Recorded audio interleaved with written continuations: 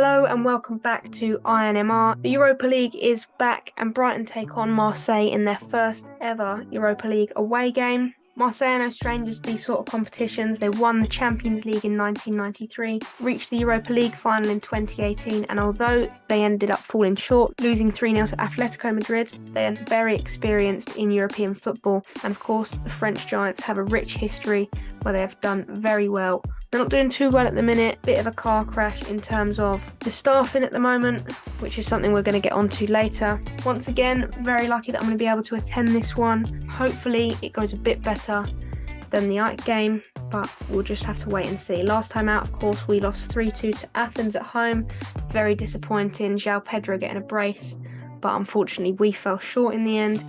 Marseille travelled out to Ajax and they were part of a 6-goal thriller where in the end they drew 3-3. There's been a lot of drama surrounding Marseille's managerial position lately. Obviously Marcelino left just after 7 games. They have brought in Gattuso as his replacement. In terms of form, obviously prior to Gattuso joining they had 2 draws and a loss, obviously that big one against PSG, and Gattuso's first game in charge they lost 3-2 to Monaco. In terms of Brighton, they've done, in their last 4 games, they've won 3 against Newcastle, United and Bournemouth. 4th game was their big loss to Aston Villa, and it's probably best we don't talk too much about that one.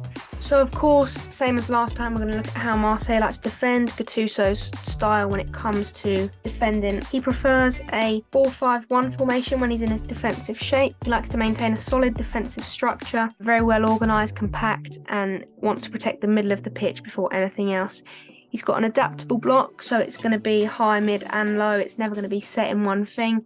They don't like to win the ball back immediately, so that block can sort of shuffle up and down where it needs to be. It's not set in stone, and they're not rushing to get the ball back straight away like Athens were. They were very much a high intensity team like Brighton, whereas Marseille tend to sit off a little bit and wait for your mistakes in a way. In terms of the impact this is going to have on Brighton, they're going to need to be very patient.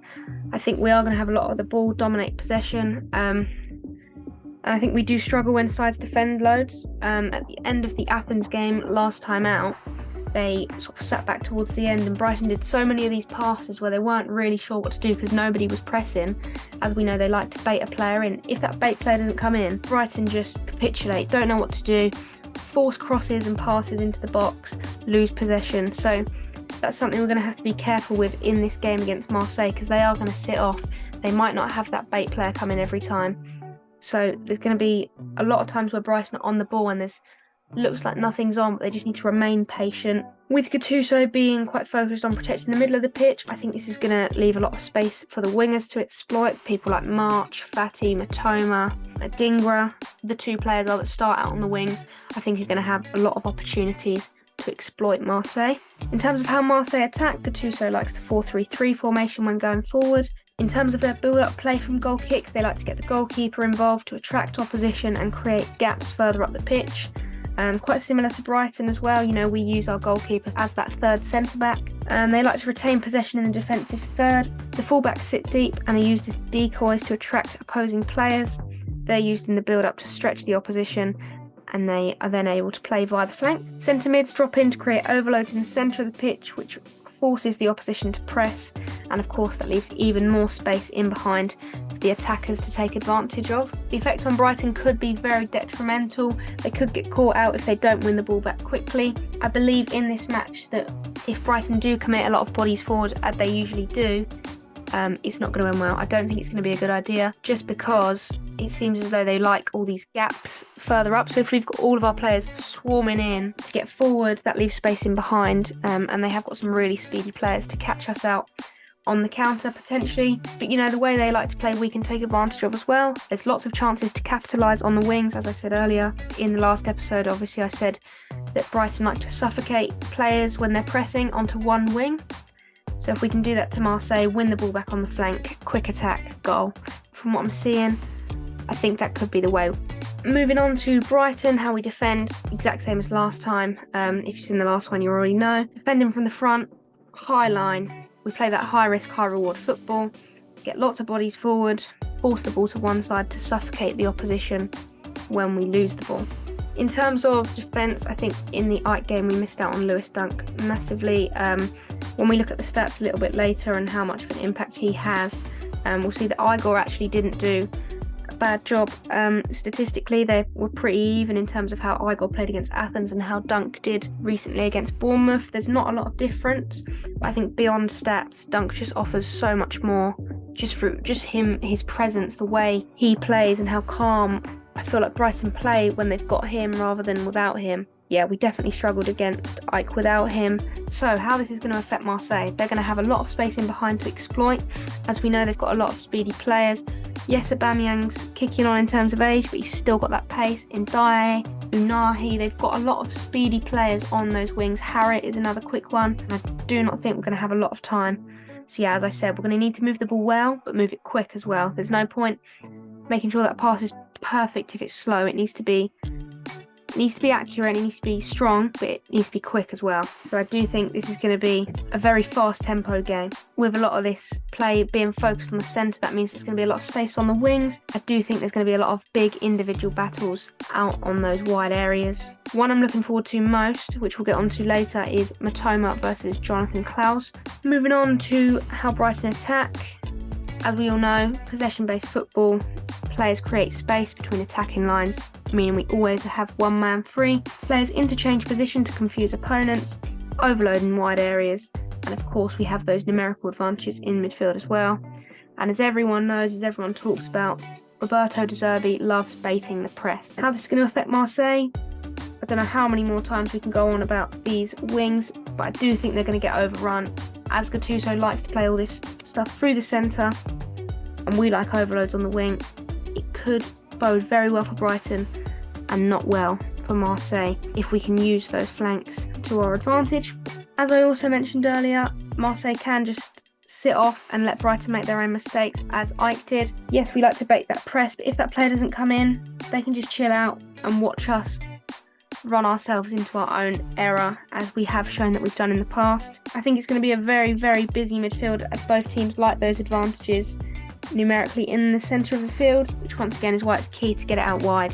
Key players for Marseille, then we'll start off with the home side. I've highlighted Amin Harit as my first one. From what I've seen from him, he's excellent on the ball. He wins a lot of fouls, which leads to set pieces, of course.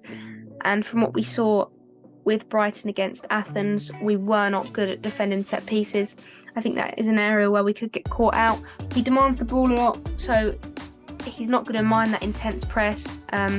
He's a tricky player who likes, players right on the back of him so he can beat them. I don't think that high intensity is going to faze him. He did really well against Ajax. He created 6 chances, got 2 assists.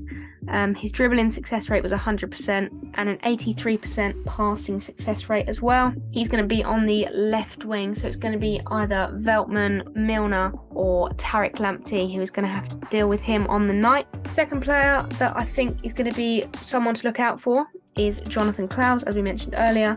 Although he plays in the right back position, he does provide a lot for the forward players. Very creative, great vision, retains possession well, and he's not scared to start a counter. Prior to the PSG defeat, I don't think it's fair to judge a player on a 4-0 defeat, especially when Marseille were going through that transition period for their interim manager. Before that, his last 4 games, he made 48 passes into the final third, won 18 duels, 32 recoveries, and a 78% passing success rate. And the final player for Marseille is Pierre-Emerick Aubameyang. Brighton will know all about him. In his first 3 games against Brighton when he was at Arsenal, he got 3 goals. He does not mind a goal against Brighton, and I wouldn't put it against him to do it again. He's a big game player, very quick, good on the counter. Shouldn't count him out just because of what you've seen in the media about him not being good and he's fallen off and what he's done at Chelsea, blah, blah, blah.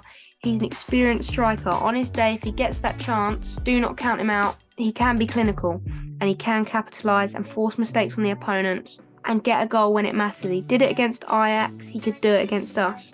Against Ajax, he got 2 goals, had a 94 passing success rate. He missed 3 big chances, yes, but he's getting in those areas. If those 3 chances come against Brighton and he takes them, we'd be kicking ourselves for not pointing him out as a key player. He got his 2 goals out of those 5 big chances. Yes, 60% of them he didn't take, but also he was getting in those key areas, and potentially against us, it could be the day where he does take his chances and punishes the back line. In terms of Brighton key players, of course you have to go for João Pedro. He's been brilliant for us at the minute.